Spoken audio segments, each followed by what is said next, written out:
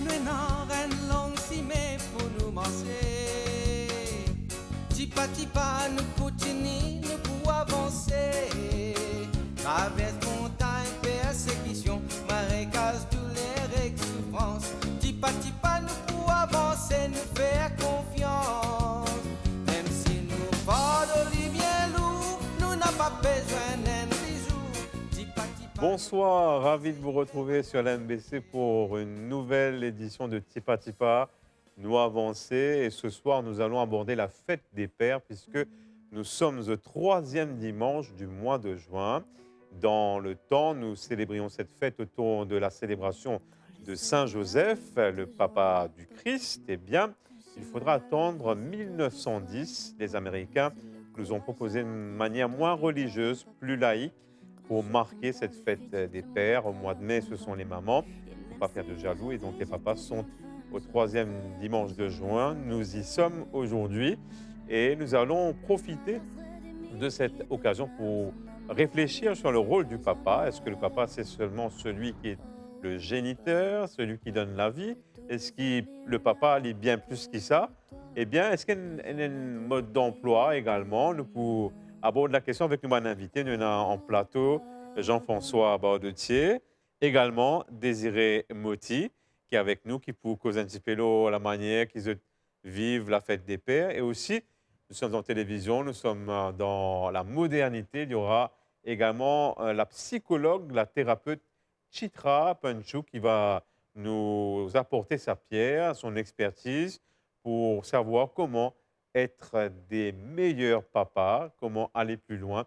Et justement, le thème de l'émission, c'est Fête des pères. Fête des pères, c'est-à-dire dans la dimension du verbe faire, parce qu'il n'y a pas vraiment de formule pour être un bon père. Nous allons étudier toute la question. Alors, on commence ce programme justement avec nos bons invités. D'abord, la question à Jean-François Bardetier. Comment est-ce que vous vivez sa fête des pères, là, vous? Bonsoir, Rodney. Et moi, étant pas papa moi-même, ben, je suis un papa. Je suis un papa et qui est toujours là pour mes enfants. Nous avons 3 enfants. J'ai un frère qui est décédé, mais mon papa est toujours là. Il est toujours PVLO nous, PGT qui nous besoin, qui nous manquait pour aller à l'école. Il fait nous venir un bon et enfants et pour les hommes de demain, c'est-à-dire d'aujourd'hui. Ben, mon papa, il est aussi strict. Il est strict parce qu'il est bien droit. Donc, si je dis là, ben, c'est grâce à mon papa. C'est un bel hommage. La même question pour Désiré, fête des pères. La fête des pères, pour moi, c'est une joie, c'est une joie. Hein? C'est une joie. Moi, je suis un papa de 3 enfants. Okay? Une fille et 2 garçons. Un papa, c'est pas juste là comme ça, hein? Pour subvenir et donner aux enfants. C'est ce qui est bizarre. C'est aussi l'enseignement. Hein? L'enseignement des enfants commence déjà par la famille, maman et papa. Donc, un papa, il est important d'être présent. Très important d'être présent là pour ses enfants, pour guider, pour cheminer et voilà. Alors, c'est bien, Hélène Santé qui disait que c'est un moment important dans la vie pour qu'ils enfants se connaissent à ces gars-là. Ah ouais. Mais un papa aussi. Alors, peut-être la question là tout de suite, on disait ça en introduction. Est-ce que le papa, finalement, quelle place est-ce qu'il a? Est-ce que c'est simplement le géniteur, celui qui donne la vie, ou alors il y a aussi peut-être autre chose? Jean-François qui disait, il dit pas papa, mais pour que ça veut, est-ce que le papa dit simplement, comment dire, papa son enfant?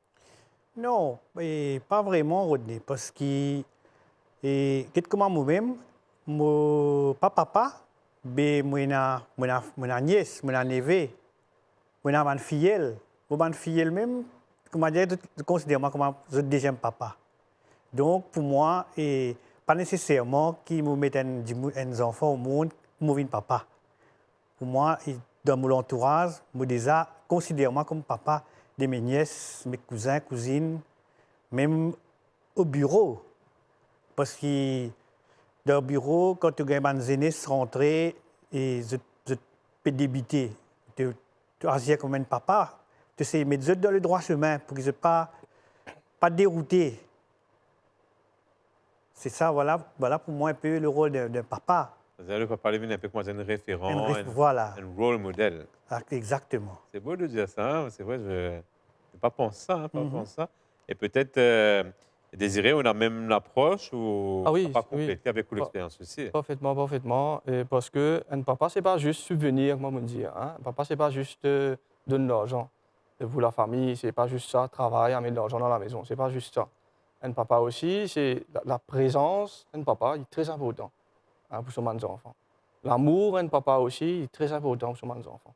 Alors justement, alors ce soir, peut-être vous aurez remarqué, nous prenons madame en plateau, parce qu'on voulait que ce soit comme ça, mais le concours des circonstances, il y a aussi la participation d'une dame, il s'agit de Chitra Panchou, qui est une psychologue, et elle est jeune, et elle nous donne justement un peu son expérience, parce qu'elle voit beaucoup, en tant que thérapeute, défiler dans son cabinet, dans sa consultation, et bien des familles, et elle nous donne justement un aperçu de ce qu'est vraiment le rôle du papa.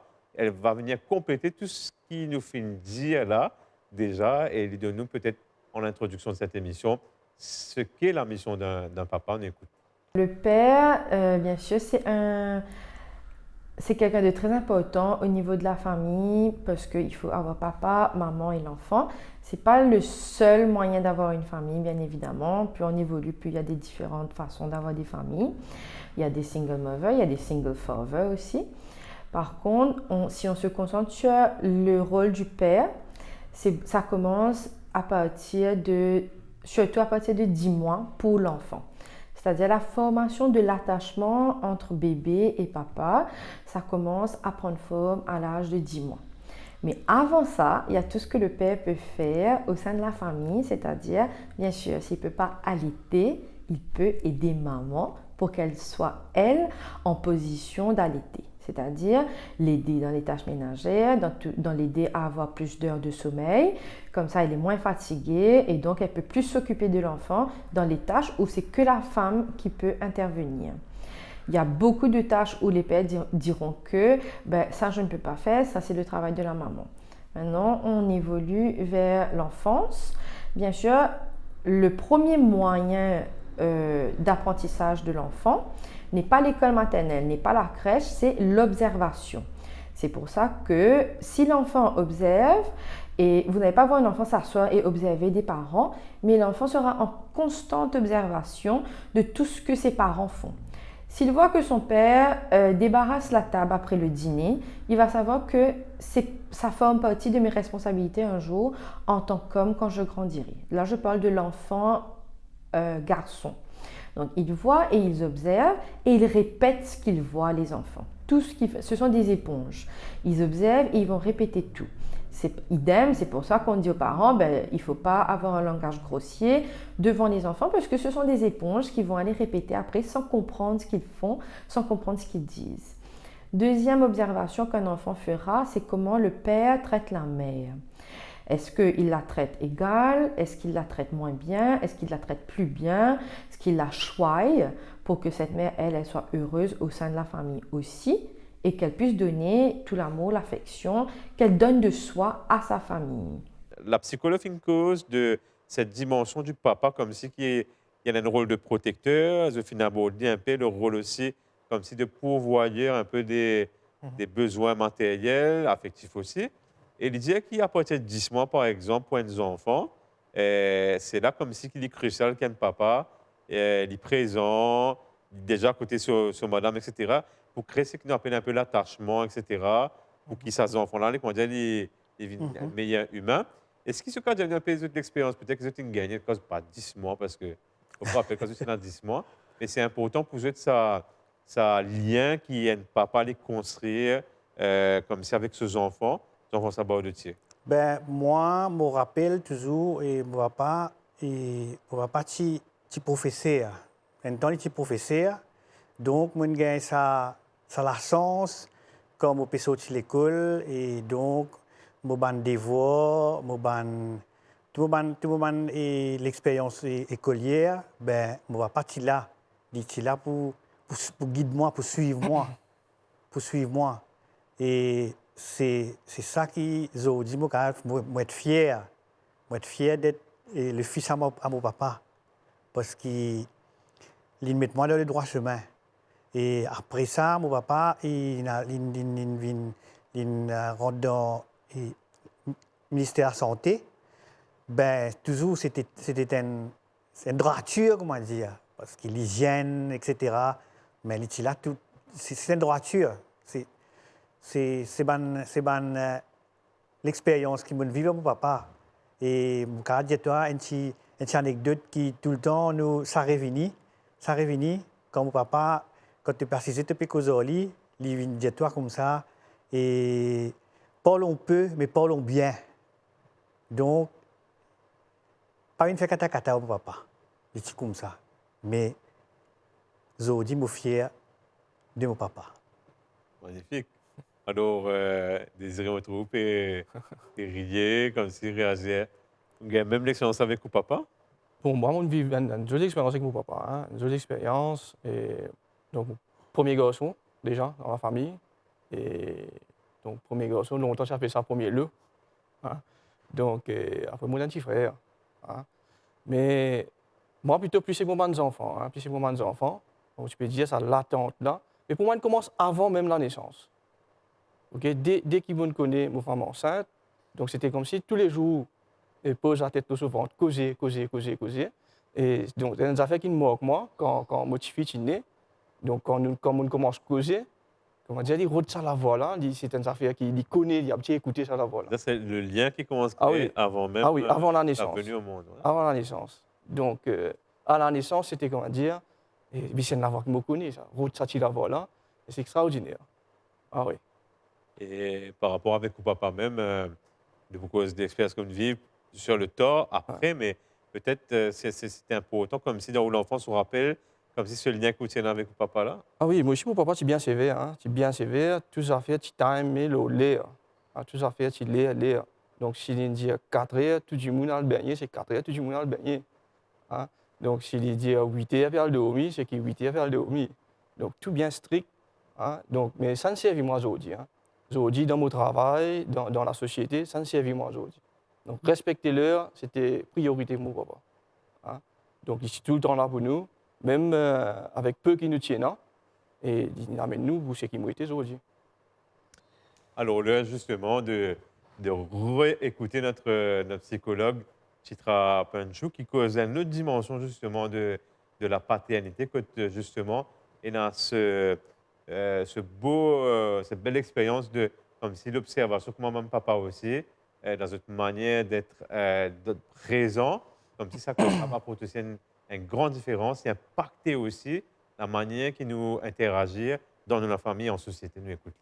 Le père en tant que provider, en tant que celui qui va être le breadwinner, comme on dit en anglais, c'est celui qui va ramener littéralement le pain à la famille. Donc, il va travailler, il va gagner de l'argent, il va acheter, il emmène.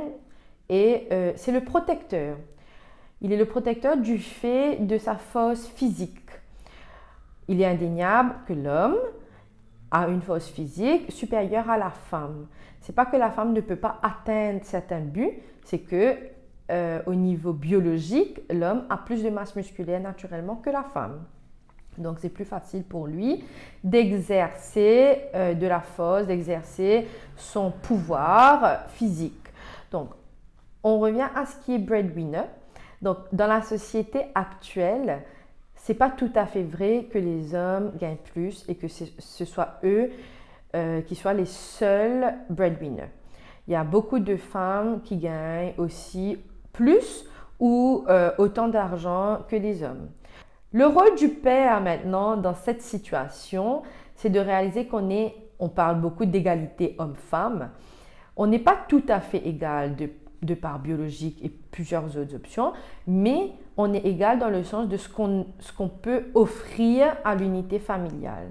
C'est-à-dire de savoir ce que je peux offrir à ma famille de manière égale à ma femme. Dès les 10 mois minimum, l'attachement commence.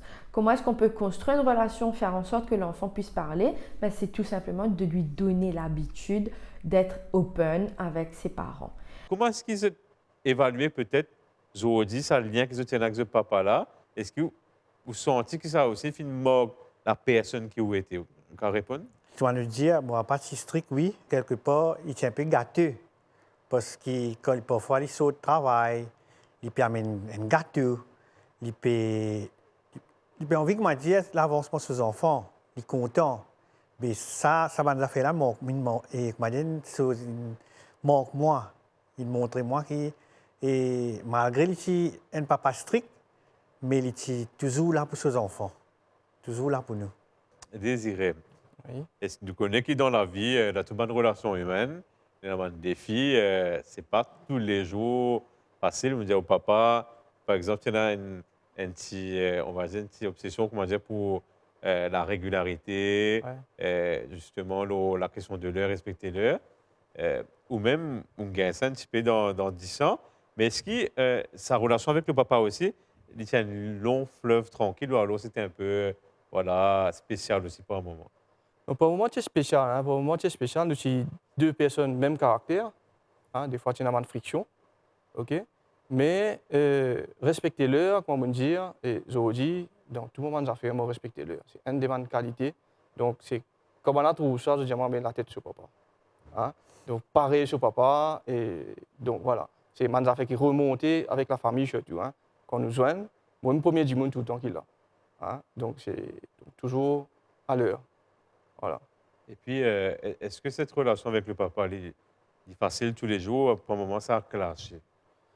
Ça arrivait de clasher des fois. Surtout quand on arrive à de l'adolescence, hein, quand nous commençons à affirmer nos caractères aussi. Hein. Et donc, aujourd'hui, mes parents me comprennent ça. Hein. Bien souvent, mon papa dit, mais nous, pour comprendre qui était ça. Hein. Donc, on le comprend, merci papa. Donc, voilà. C'est sûr, mais c'est mort, ça m'a un moment que nous vivons ensemble, c'est extraordinaire. Donc, c'est mémorable et donc inoubliable. Inoubliable. Aujourd'hui, même, il n'est plus là. Mais pour moi, il est encore toujours là. Voilà. Jean-François, est-ce que peut-être que tu vis un peu une relation père-fils à différentes époques? Peut-être une époque un peu plus stricte quand tu avec ton papa. Est-ce que ça m'a pas un moment parfois assisté dans un clash? Et comment tu gères ça, justement? Oui, et comment toute famille, papa, enfants, arrivent à l'époque, comme Désiré peut dire, arrivent à une certaine époque, et quand tu as besoin de liberté, mais tu trouves que tu ne vas pas trop strict, ben, arriver à sa classe là, nous gagnons sa classe là. Mais avec le temps, avec l'expérience, et nous arriver, comment dire, et concilier, comprendre. Chacun de son côté, mon papa comprend moi, mon arrivé comprend mon papa. Parce que s'il met moi là la terre, ben, il ne pas mettre moi là la terre pour faire n'importe quoi. Donc, comme ça, quand la société, il dit tout le temps et être reconnu comme un bon papa. Tout le temps un bon papa. Donc, c'est une fierté. C'est une fierté pour lui et pour ses enfants.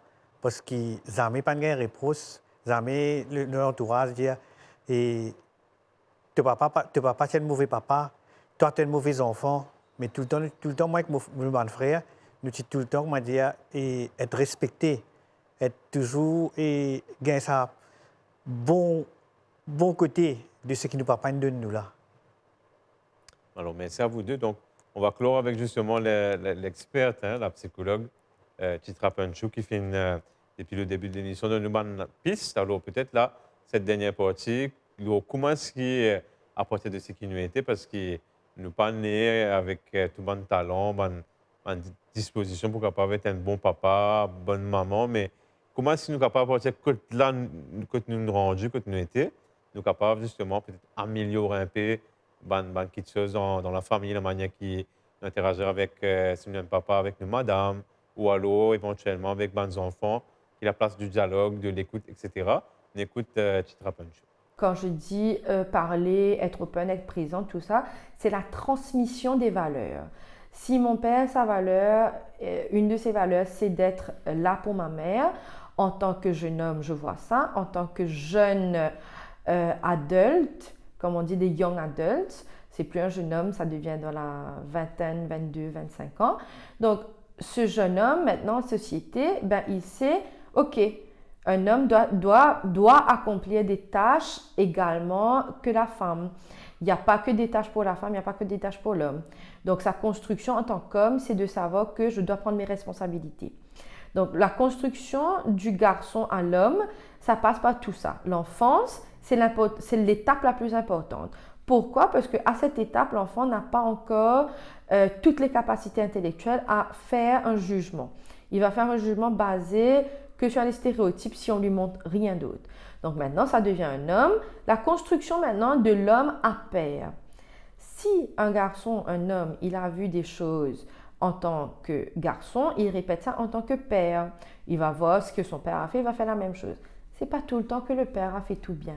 Il n'y a pas de manuel de parenting. Ça, je le dis tout le temps aux jeunes qui viennent me voir, ceux qui sont entre 20 ans et 30 ans. Il n'y a pas eu de manuel. Ils me disent souvent, ouais, mon père, ma mère, ils auraient dû faire ça. But there was no mode d'emploi au départ quand ils sont devenus parents. Donc, bien sûr, ils ont fait des erreurs. Pareil comme nous, on va faire des erreurs après. Tout le monde va faire des erreurs. L'important, c'est de ne pas répéter des erreurs. Peut-être on va clore avec une expérience parce que Jean-François et Désiré, c'est une fin parcours qui s'appelle Désiré hommes.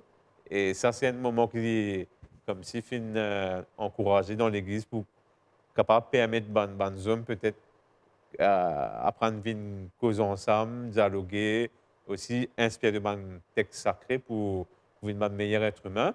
Et là donc, qui se dit la dimension du papa, son rôle dans la vie de tous les jours? Qui vous dit là, Jean-François? Il y a une soirée que nous surtout le travail, mais là, nous avons trouvé et la dimension du travail et côté papa et pour ce travail, il est capable et être responsable pour ces enfants et qui demain, ces enfants là, pour travailler de papa, demain je suis aussi capable et venir un bon travailleur et un bon papa.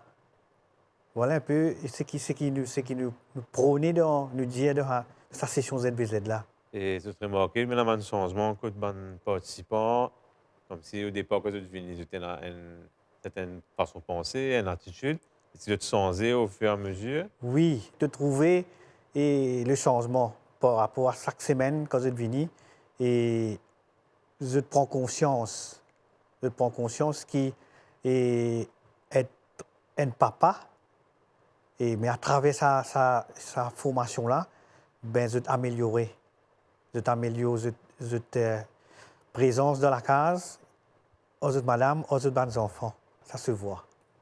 Alors, nous clôt vraiment avec Désiré cette fois-ci, qui fait vivre une expérience extraordinaire, parce que dans le cadre de Désiré hommes, enfin ZVZ, ça parcours pour ban biché, que nous encourageons justement à causer, à méditer, réfléchir, on dit pour améliorer notre relation avec, bon, on dit avec les autres, ou fin vivre ce qu'il appelle l'expérience père-fils. Est-ce que Désiré ou raconte-nous c'est quoi ce père-fils? Donc l'expérience père-fils, déjà, quand mon papa est dans la retraite, déjà, hein, donc il y a des affaires qui nous disent qui me manquent, moi. Hein. Donc, nous fais la retraite à Momot, à Rosil. Donc, il dit, lui, il met moi dans le bus pour me rendre à l'école. Et moi, je me mettais dans le bus pour venir découvrir Dieu et les autres. Donc, c'est une affaire qui me manque, moi. C'est une affaire extraordinaire. Right? Et bien sûr, nous avons découvert nos camarades. Hein? Et une affaire aussi qui m'ont découvert pendant sa retraite, là, c'est être serviteur. Hein? Élie et moi, donc nous découvrons que nous sommes serviteurs. Hein? Comme si un papa, ce n'est pas juste guider, ce n'est pas juste dire qu'il vient faire, et aussi servir la famille. Très important. Mais vous-même, quand vous avez découvert au papa, qui s'est découvert là, ça? Est-ce que vous avez un exemple concret? Ah oui, donc découvrir mon papa, à ce moment-là, déjà des petits souffrants, hein, des petits souffrants d'un cancer pendant beaucoup d'années. Right? Et à ce moment-là, peut-être découvrir mon papa dans sa retraite là, extraordinaire. Hein, donc, peut-être que je vais faire ça, moi je pour ça. Hein. Je comprends un peu comment peut-être les mêmes les films marqués Oui. sur l'enfance déjà. Déjà sur l'enfance, c'est difficile, donc la famille nous est partie pratiquement maintenant. Right? Et donc découvrir lui là, et tout ce partage, et donc passe ma nuit avec papa, c'est extraordinaire. Hein? Dire mes affaires, peut-être qu'il ne pas réussi à causer et pendant longtemps. Hein? Et un secret nous capable de dire, un secret père-fils que nous pas réussi à dire et découvrir ça là. Et voilà, donc il est décédé 2 ans après la retraite, mais mon vivait un moment formidable avec mon papa. Voilà, vous voyez, chers amis qui nous suivez à travers la télévision, les réseaux sociaux, que on n'est pas papa, on le devient au fur et à mesure, pour reprendre un peu les grands philosophes.